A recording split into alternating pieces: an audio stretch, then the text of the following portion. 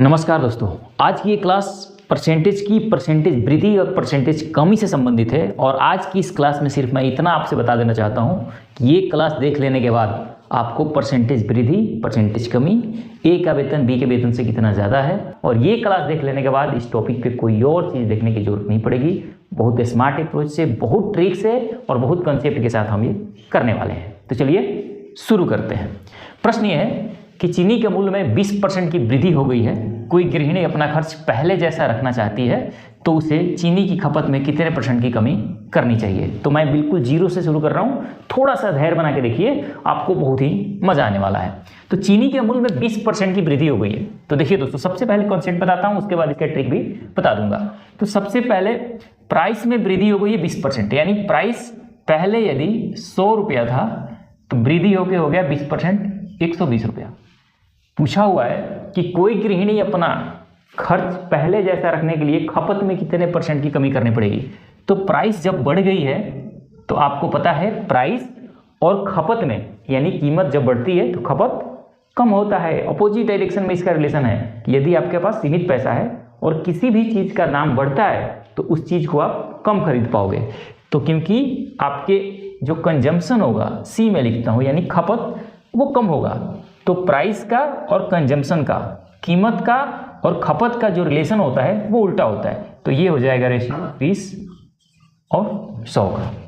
तो कीमत जब 100 रुपया से 120 रुपया हुआ तो जो खपत है वो 120 यूनिट से घट के 100 यूनिट हो गई। तो यही पूछा हुआ है कि खपत में कितने % की कमी आई।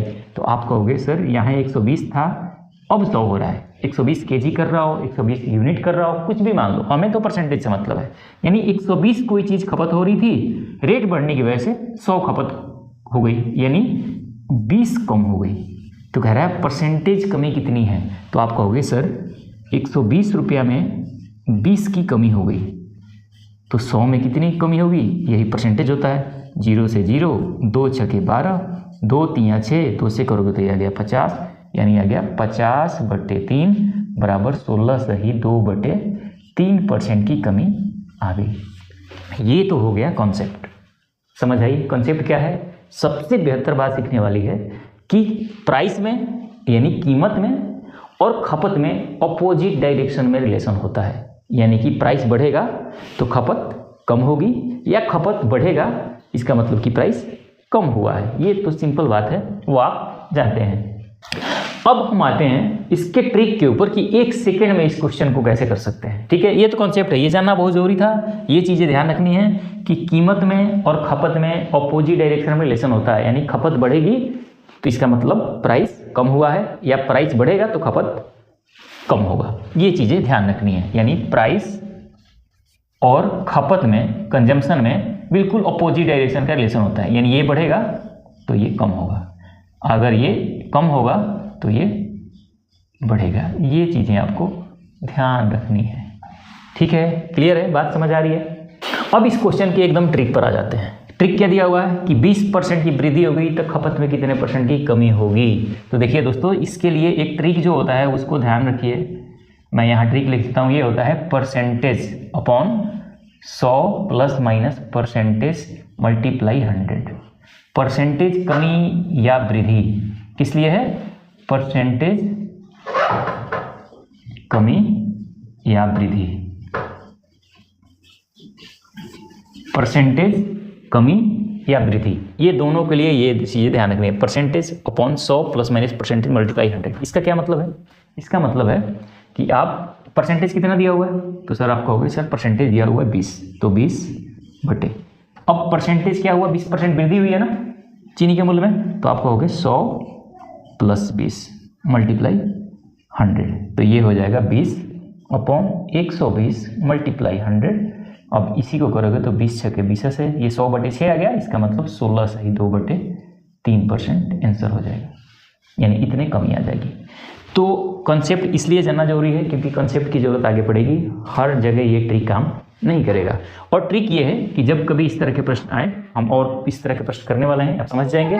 तो ये ट्रिक ध्यान रखनी है। परसेंटेज कमी और परसेंटेज वृद्धि के लिए आता है percentage upon 100 plus minus. 100 plus तब यूज करना है जब किसी चीज़ का मूल्य में वृद्धि होती है, यानी जब वृद्धि की बात होगी तो प्लस यूज करेंगे, जब कमी की बात होगी तो माइनस यूज करेंगे। उसके बाद इसी पर ये जैसे मैंने बनाया, ये यहाँ से एक ही चीज़ का आंसर आ गया। तो कंसेप्ट और ट्रिक दोनों सीख गए आप। अब आइए आगे चलते हैं। दोनों चीज़ें जानना इसलिए जरूरी है क्योंकि ट्रिक हर जगह काम नहीं करता है, इसलिए ये दोनों जानना बहुत जरूरी है। दोस्तों अगला सवाल, प्रश्न ये है कि पेट्रोल की कीमत में 7% की वृद्धि हुई है, इसकी खपत में कितने % की कमी की जाए कि खर्च में कोई प्रभाव न पड़े। तो क्या हो गया, पेट्रोल की कीमत में कितनी % वृद्धि हुई, 7%। यानी कि जो प्राइस थी पहले यदि 100 थी तो बढ़ के कितनी हो गई, 7% बढ़ गई, यानी 107 रुपये हो गई। ये रुपये की बात हो रही है क्योंकि प्राइस की बात हो रही है। तो मैंने कहा कि रुपये में यानी कीमत में और खपत में अपोजिट डायरेक्शन में रिलेशन होता है। यानी जब रुपीज बढ़ा है यानी कीमत बढ़ी है तो कंजम्पशन यानी खपत जो होगा वो कम होगा। तो क्या होगा, 107 और ये हो जाएगा 100। अपोजिट सीधा कर देना है, कीमत 100 से 107 हुई तो खपत 107 से घटकर 100 हो गई। अब यही पूछा हुआ है कि आप बताओ कि कितने % की कमी आई है खपत में। तो 107 पहले खपत हो रहा था, अब 100 हो गया, यानी 7 की कमी आई है। यानी 107 में 7 की कमी आई है तो 100 में क्या होगा, यही होगा आंसर। तो अब इसका आंसर क्या आएगा, इसका आंसर आ जाएगा जब करोगे तो 700 और बटे 107 बराबर आ जाएगा ये 6 × 58/107%। और ट्रिक कैसे होगा, इसका ट्रिक क्या होगा, ट्रिक ये होगा कि क्या होता है, percentage upon 100 plus minus percentage multiply 100। तो यहाँ क्या हो जाएगा, परसेंटेज कितना दिया हुआ है 7, तो 7 अब वृद्धि हो रहा है तो लिखेंगे 100 प्लस 7 मल्टीप्लाई 100। तो ये क्या होगा 7/107 मल्टीप्लाई 100। और ये चीज़ को जब आप सॉल्व करोगे तो ये चीज़ें यही आ जाएगी। तो ये हो जाएगा आपका 6 × 58/107% आंसर। क्लियर हो गया। ये दोनों चीज़ें जानना बेहद ज़रूरी है, इसलिए मैं आपको दोनों चीज़ें बता रहा हूँ। ये होगा कॉन्सेप्ट और ये हो गया ट्रिक। ठीक है, ये ट्रिक है, लेकिन ट्रिक हर जगह काम नहीं करेगा, इसलिए मैं कॉन्सेप्ट भी आपको बताया जा रहा हूँ। ठीक है, बहुत ही बेहतरीन सवाल करने वाले हैं, बस बने रहिए, अभी तो शुरुआत है, बहुत सारी चीज़ें खुलने वाली हैं। दोस्तों सवाल है कि एक अधिकारी के वेतन में 20% की कमी हो गई तो उसके पहले वेतन के समतुल्य लाने के लिए कितने % की वृद्धि करनी पड़ेगी। अब दोस्तों सवाल यह है कि एक अधिकारी के वेतन में 20% कमी हो गई। आमतौर पे तो अधिकारी के वेतन में वृद्धि होता है, लेकिन सवाल में दिया हुआ कि कमी हो रहा है। तो कमी हो रहा है, लेकिन क्वेश्चन कहता है कि यदि पहले इतना ही अगर वेतन लाना हो, कमी तो हो गई है लेकिन अब पहले इतना वेतन लाना है, वहीं तक पहुंचाना है, तो आपको कितने % की वृद्धि करनी पड़ेगी। तो आइए इसको समझते हैं कि किस तरह से इस सवाल को कर सकते हैं। दोस्तों दिया हुआ है कि अधिकारी के वेतन यानी सैलरी जो है, सैलरी 20% की कमी आ गई है। यानी पहले यदि 100 रुपये उसे मिलता था तो अब कितना मिल रहा है, 80 रुपया। तो अब कह रहा है कि यदि पहले इतना ही वेतन उसे लाना हो तो अब तो 80 रुपये हो गया, लेकिन क्वेश्चन कहता है कि पहले इतना ही उसका वेतन करना है तो कितना बढ़ाना पड़ेगा। तो 80 में 20 जोड़ना पड़ेगा ना। तो 80 में आपको 20 जोड़ने पर ही पहले इतना वेतन आएगा। तो कह रहा है कितने % बढ़ाया आपने, तो उस परसेंटेज के लिए होता है 100 से मल्टीप्लाई, 20 चौके 80, 4 से करोगे तो 25, ये भी हो गया 25%। 25% बढ़ाना पड़ेगा तब पहले इतना वेतन आएगा। अब अगर ट्रिक से करें तो ट्रिक वाली वही बात है कि परसेंटेज अपॉन 100, यहाँ माइनस होगा 20, क्यों होगा, क्योंकि कमी हो रही है वेतन में, तो कमी होगा तो 100 माइनस, बाकी ऊपर कोई चाहिए नहीं है, मल्टीप्लाई 100। अब ये करोगे तो क्या आ जाएगा 20/80 मल्टीप्लाई 100, 20 चौके 80, 4 से करोगे तो आ जाएगा 25, यानी 25% वृद्धि करनी पड़ेगी उसके पहले इतना वेतन लाने के लिए। क्लियर हो गया, क्लियर हो गया। आगे बढ़ते हैं दोस्तों। अगला प्रश्न है कि ए का वेतन बी के वेतन से 30% अधिक है तो बी का वेतन ए के वेतन से कितना % कम है। सेम प्रश्न है, सेम प्रश्न है, थोड़ा सा भाषा चेंज कर दिया है, बाकी कंसेप्ट और ट्रिक सब एक ही काम करेंगे। ए का वेतन बी के वेतन से 30% अधिक है। ए का वेतन यानी यहाँ सैलरी दिया हुआ है, किसका, ए और बी का। तो ए का वेतन बी के वेतन से, यहाँ ध्यान रखने वाली बात है कि जिससे कंपैरिजन हो रहा है उसको 100 मानना है। तो कंपैरिजन किससे हो रहा है, बी से, यानी जिसके साथ से लगा हो कि ए का वेतन बी के वेतन से, यानी ए का कंपैरिजन बी से हो रहा है, इसलिए हम जिससे कंपैरिजन हो रहा है उसको हम 100 मानेंगे। तो कह रहा है कि बी के वेतन से ए का वेतन 30% अधिक है, यानी ए हो जाएगा 130। क्वेश्चन ये कहता है कि बी का वेतन ए के वेतन से कितने प्रतिशत कम है। अब ये कह रहा है कि जो ये बी का वेतन है वो ए से कितना प्रतिशत कम है। तो सबसे पहले देखेंगे कि ये ए 130 है और ये 100 है, तो यहाँ कितने रुपये कम हुआ। तो कहोगे सर यहाँ तो -30 हो रहा है, यानी 30 कम हो रहा है, यानी 130 रुपया ए है, तो बी का वेतन कम कितना है 30 रुपया।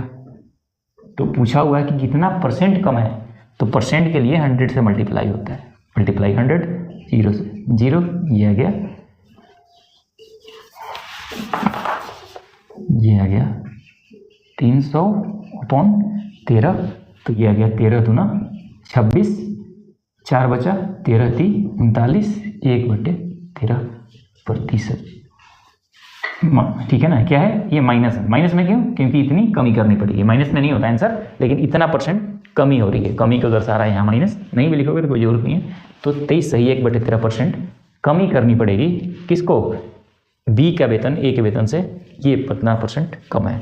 क्लियर हो गया, क्लियर हो गया। ट्रिक से करना हो तो कैसे करेंगे, बी का वेतन कितना कम है, इतना परसेंट कम है। तो अब ट्रिक से करना हो तो ट्रिक से सीधा बात है कि कितना परसेंट ज़्यादा है, 1 ही परसेंट दिया हुआ है, 30% अधिक है, तो 30 बटे अब सीधा 130 लिखो, क्योंकि अब प्लस वाला माइनस वाला काम खत्म। 100 प्लस वृद्धि हो रहा है 30 बटे 130 मल्टीप्लाई 100, तो ये आ गया 23 सही 1/3% आंसर। क्लियर हो गया। ये क्या है, ये ट्रिक, ये ट्रिक, ये ट्रिक है। क्लियर हो गया, आगे बढ़ते हैं। हर तरह के प्रश्न है, बिल्कुल घबराने की जरूरत नहीं है, बिल्कुल धैर्य बना के देखिए, आपको हर एक से बढ़ के एक प्रश्न देखने को मिलेंगे। दोस्तों अगला प्रश्न कि बी का वेतन ए के वेतन से 33 सही 1/3% कम है, तो ए का वेतन बी के वेतन से कितने प्रतिशत अधिक है। अब ए का वेतन बी के वेतन से 33% कम है, बी का वेतन, यानी यहाँ भी सैलरी की बात हो रही है, ठीक है, सैलरी है ए की और बी की। अब यहाँ देखना है, मैंने बताया है आपसे कि जिससे कंपैरिजन हो रहा है उसी को 100 मानना है। तो कंपैरिजन किससे हो रहा है, बी का वेतन ए के वेतन से, यानी ए के वेतन से कंपैरिजन हो रहा है, तो ए का वेतन आपको मान लेना है 100। ए का वेतन 100 हो गया, तो बी का वेतन ए के वेतन से 33 सही 1/3% कम है। अब 33 सही 1/3% कम है, एक चीज़ अब यहाँ नया चीज़ सीखने को मिलेगा।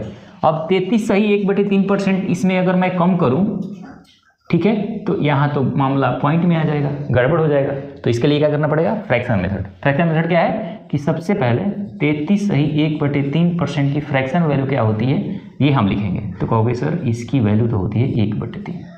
33 सही 1/3% की फ्रैक्शन वैल्यू होती है 1/3। कहने का मतलब है कि यदि परसेंटेज हटाओगे तो इसका मान आ जाएगा 1/3। तो यदि ये नीचे वाला होता है ओरिजिनल वैल्यू, तो हम जिससे कंपेरिजन हो रहा है उसी को मान लेंगे हम 3, कि भाई ए की सैलरी 3 यूनिट है तो बी की सैलरी कितनी हो जाएगी, ये होता है रिजल्ट वैल्यू, यानी 3 का 33 सही 1/3% होगा 1, यानी 1 कम हो जाएगा। 3 यदि ए का है तो 33% कम बी का है, तो 3 में यदि 1 मैं कम करूंगा तो बी का कितना आ जाएगा 2। अब ये पूछा हुआ है कि बी का सैलरी ए का सैलरी बी से कितना परसेंट अधिक है, तो ए का सैलरी यहाँ कितना ज़्यादा है, तो कहोगे सर 1 ज़्यादा है, यानी ये 2 से 1 ज़्यादा है, यानी 2 में 1 ज़्यादा है, तो 100 में कितना ज़्यादा होगा, यही परसेंटेज है, यह गया 50% आंसर। यदि ये करना हो कौन सा, अब ये ट्रिक वाला करना हो, तो ट्रिक वाला अगर फॉर्मूला अपनाना हो तो क्या करना पड़ेगा, तो 33 सही 1/3 यानी परसेंटेज बटे 100 माइनस होगा, तो 100 में से आपको 33 सही 1/3 कम करना पड़ेगा और तब मल्टीप्लाई 100 करना पड़ेगा, और इससे जो आएगी वैल्यू वो आ जाएगी 50%। अब ये कहोगे सर ये तो सॉल्व करके दिखाओ, तो देखो इसीलिए तो मैंने दोनों चीज़ बताई आपको, कॉन्सेप्ट भी जानना जरूरी है और ट्रिक भी जानना जरूरी है। यदि केवल ये ट्रिक से काम चलाओगे तो जब कभी मिक्स फ्रैक्शन आएगा वहाँ आपको थोड़ी सी कठिनाई झेलनी पड़ सकती है, और इस तरह की वैल्यू भी आपको याद होनी चाहिए। मैं बहुत सारे परसेंटेज में इस तरह की चीज़ें पढ़ा चुका हूँ, ठीक है। तो मैं उम्मीद करता हूँ कि ये चीज़ें आप समझ गए होंगे। क्या किया मैंने, ये जिससे कंपेरिजन हो रहा है उसको मैंने 3 मान लिया। अब 3 का 33% क्या दिया हुआ है, 1 दिया हुआ है, तो 1 दिया हुआ है यानी 1 कम हुआ है। बी का वेतन ए से 33 सही 1/3% कम है, यानी यदि ए 3 है तो बी हो गया 2, अब क्वेश्चन कहता है कि ए का वेतन बी से कितना % ज़्यादा है, तो ये 2 है तो 1 ज़्यादा है तो 100 होगा तो क्या होगा 50%। क्लियर हो गया? अपने तौर पे मैं उम्मीद करता हूँ कि आप समझ गए होंगे। पूरी तसल्ली से मैं पढ़ा रहा हूँ, बिल्कुल टेंशन लेने की कोई बात नहीं है। अभी तो शुरू भी नहीं हुए, जिस प्रश्न की मैं बात कर रहा हूँ जो एग्जाम में पूछे जाएंगे बहुत ज़बरदस्त हैं, वो आगे देखिए कितना टफ हो जाएगा सवाल, आपको बहुत मजा आने वाला है। दोस्तों थोड़ा सा क्वेश्चन को अब चेंज करते हैं। प्रश्न ये है कि मैन पावर में कमी के कारण एक फैक्ट्री का प्रोडक्शन 25% कम हो जाता है। मैन पावर यानी वर्कर कम हो जाते हैं, जिसके कारण फैक्ट्री का प्रोडक्शन 25% कम हो जाता है। प्रोडक्शन को पहले जैसा रखने के लिए वर्किंग आवर में कितने प्रतिशत की वृद्धि करनी होगी। अब देखो कह रहा है कि भाई मैन पावर कम हो रहा है, मैन पावर कम हो जा रहा है, कितना 25%, यानी मान लो पहले 100 वर्कर थे तो अब रह जा रहे हैं कितने 75। लेकिन अब होता है कि पहले जैसा वर्किंग आवर करने के लिए, पहले जैसा रखने के लिए, प्रोडक्शन को पहले जैसा रखना है तो वर्किंग आवर कितना बढ़ाना पड़ेगा। तो एक बात ध्यान रखो आप कि यदि वर्कर ज़्यादा होंगे तो प्रोडक्शन करने में क्या होगा, कम समय लगेगा, और यदि प्रोडक्शन करने में समय ज़्यादा लग रहा है इसका मतलब क्या है कि वर्कर कम है। यानी वर्कर में मैन पावर में और टाइम में क्या है, इनवर्स प्रोपोर्शनल का आपका रिलेशन है। यानी यदि मैन पावर बढ़ेगा तो समय कम होगा और मैन पावर घटेगा समय ज़्यादा होगा। इसका मतलब कि बिल्कुल ही अपोजिट रिलेशन है। तो मैं यही कह दूंगा कि यहाँ जो वर्किंग आवर है वो कितना हो जाएगा, वर्किंग आवर जो है वो हो जाएगा 75, पहले लगता था तो अब लगेगा 100 आवर। ठीक है, समझ आया बात? क्या मैंने कहा कि मैन पावर पहले यदि 100 वर्कर थे तो अब घट के हो गए 75। तो वर्किंग आवर इसके अपोजिट होता है, क्योंकि यदि वर्कर बढ़ रहे हैं तो वर्किंग आवर कम होगा और यदि वर्कर घट रहे हैं तो वर्किंग आवर बढ़ेगा। तो मैंने कहा कि यदि मैन पावर 100 से 75 हुए तो वर्किंग आवर 75 से 100 हो जाएंगे, सीधा अपोजिट कर दो। यही पूछा हुआ है अब कि भाई ये बताओ कि वर्किंग आवर में कितने % की वृद्धि करनी पड़ेगी जब आपको प्रोडक्शन उतना ही रखना है। तो अब कहोगे कि भाई प्रोडक्शन तो उतना ही रखना है, तो आपको कितना यहाँ वृद्धि किया आपने यहाँ, तो कहोगे सर 75 से 100 किया मैंने, यानी 75 में तो हमें 25 बढ़ाना पड़ गया। तो कहोगे सर 75 में यदि 25 बढ़ाना पड़ गया तो 100 में कितना बढ़ाना पड़ेगा, यही आंसर हो जाएगा। तो क्या होगा 75 में आपको 25 बढ़ाना पड़ेगा तो 100 में कितना बढ़ाना पड़ेगा, तो 25 3 75, यह आ गया 100/3, यह आ जाएगा 33 सही 1/3%। यानी वर्किंग आवर में आपको 33 सही 1/3% की वृद्धि करनी पड़ेगी। समझ आ गई बात? समझ आ गई कि नहीं आ गई? मैन पावर बढ़ेंगे समय कम लगेगा, मैन पावर घटेगा समय ज़्यादा लगेगा, यानी बिल्कुल उल्टा रिलेशन है। तो मैन पावर दिया हुआ है 100-75, तो वर्किंग आवर का रेशियो हो जाएगा 75-100। तो देखो यही पूछा हुआ है कि वर्किंग आवर में कितने वृद्धि हुई, तो 75 से 100 हुआ, यानी 75 में 25 बढ़ गया तो 100 में कितना बढ़ जाएगा, यही आंसर हो। क्लियर हो गया? आगे बढ़ते हैं।